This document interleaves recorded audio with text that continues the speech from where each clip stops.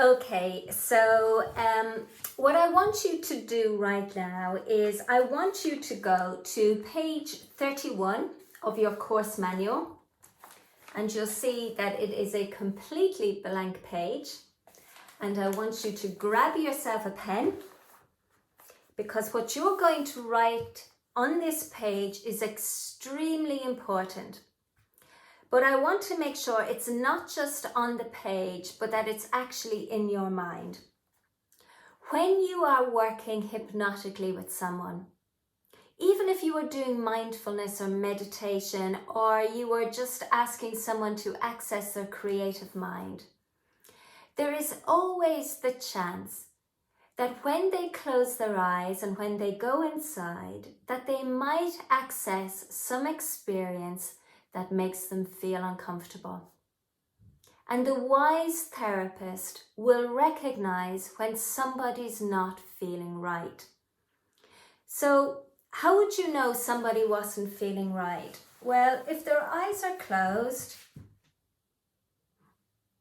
and they start showing signs that they're tearing up, or if they start maybe clenching their fists a little, or tensing up their body, it's common sense. If you just see something and you get the feeling that something's just not quite right, and especially if you see them really beginning to cry or to suppress crying, or you really notice that there's something going on in their face, is showing that there's anxiety or fear or worry there, you need to stop the session.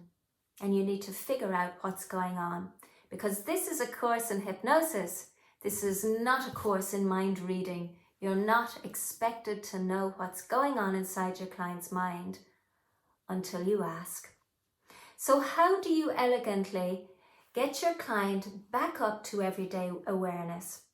Well, there's a few words that you need to know. And in many ways, they're magic words, okay?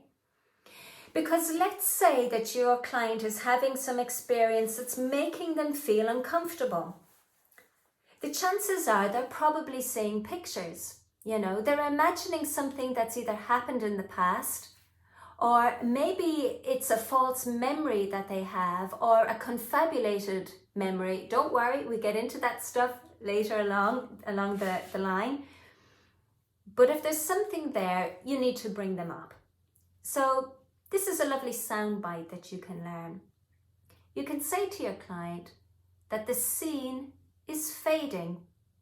Whatever you're seeing or thinking is fading. Focus on your breathing and come back up now. The scene is fading. Focus on your breathing and come right back up now. Okay? Just say that a few times to your client. Now, if they're really like this, you need to be more persistent. So what you can say is, focus on each breath that you're breathing in. Exhale it. That's it. Again, breathe in. Exhale. That's it. Coming back up to me now, all the way right up, here with me in this moment. You're right back with me in this moment right now. Okay, open your eyes. And then the next thing to say is, what happened there? Okay? Don't make any assumptions that you're not a mind reader. Don't go assume, oh my God, you were so upset, you were crying, that must have been awful, what happened? You don't know, okay? You just don't know. And in therapy, it's good to accept that there are things that you just don't know. And in this case, you don't know what's happened. So simply say, what happened there, okay? So grab yourself a pen.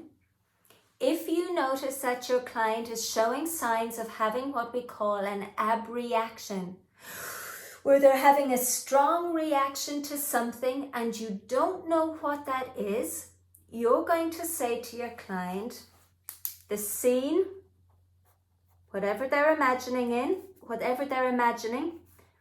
The scene is fading. Now tell them what to do. Focus on your breathing. You're the therapist, they're the client, you're in charge. It's your responsibility to manage this session, to manage the experience, to make it positive. And sometimes you have to remember, you have to step in and you are in charge. Focus on your breathing.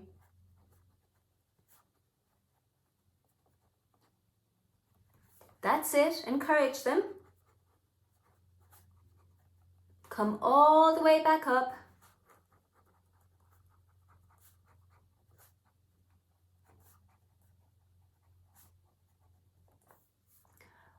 Right up. That's it. Open your eyes. Take another deep breath. You need to get their breath back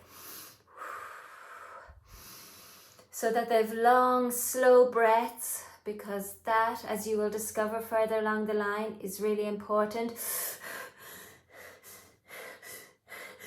That's panic breathing. They're not in the right mind. They're in a reactive mind. You want them in what we call a reflective mind. Encourage them to slow their breathing. And then you're going to say more magic words. Can you remember? What happened? Then most importantly of all, zip it and just listen. Wait. There might be a bit of grabbing a tissue. You might offer them a tissue and they might be, they're processing. Don't interrupt it, just allow and wait. Just learn to just sit and just wait. Focus on your own breathing. Then when they're ready, ask them what happened, okay? What happened? And the thing is, the chances are extremely high that all that happened was they took a trip down memory lane and they remembered something that was either extremely positive and brought back up that sense of loss, or that sense of those great times that we had, or that they shared with a loved one, or how wonderful things were in the past. Or perhaps they remembered an experience they had with somebody that they've loved and now lost, because you're going to learn on this course how to make sure you're not bringing a client into any kind of experience that's negative. And you'll do that when you learn how to ask the right questions. So the chances are, the chances are extremely slim that this is going to happen with your client. But sometimes it does happen. I'll give you an example. I've shared this example a few times online, but one of my students was working with another student in class, and the lady who has been hypnotized was brought to a garden of relaxation, a special place, and she started crying and she was in floods of tears. And when our hypnotherapist brought her through this process, the scene is fading, focus on your breathing, that's it. Come all the way back up. And then when she said, what happened? It took the lady who had been hypnotized a couple of minutes before she could speak. And she said it was the most amazing experience she ever had. She remembers what it was like when her 2 dogs were still alive, that they're now, funnily enough, buried at the end of her garden. But that they came running up to her and they jumped on her, and she just had the most lovely experience, and it just reminded her of them. And for her, she interpreted this as a sign or some kind of a symbol, and it had great meaning for her.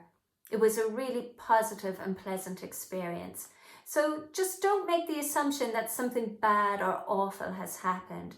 Just simply show your leadership, bring your client back up to where they need to be, and then ask them what happened. Now, should something negative come up, I'll show you in due course how to deal with that. But I'm not expecting anything like this to happen as you start out, because you're going to choose. your first client very carefully. You're either going to work with somebody that's on this course with you already, or you're going to work with somebody that you know that's closer to home. So that's it. Thanks for listening.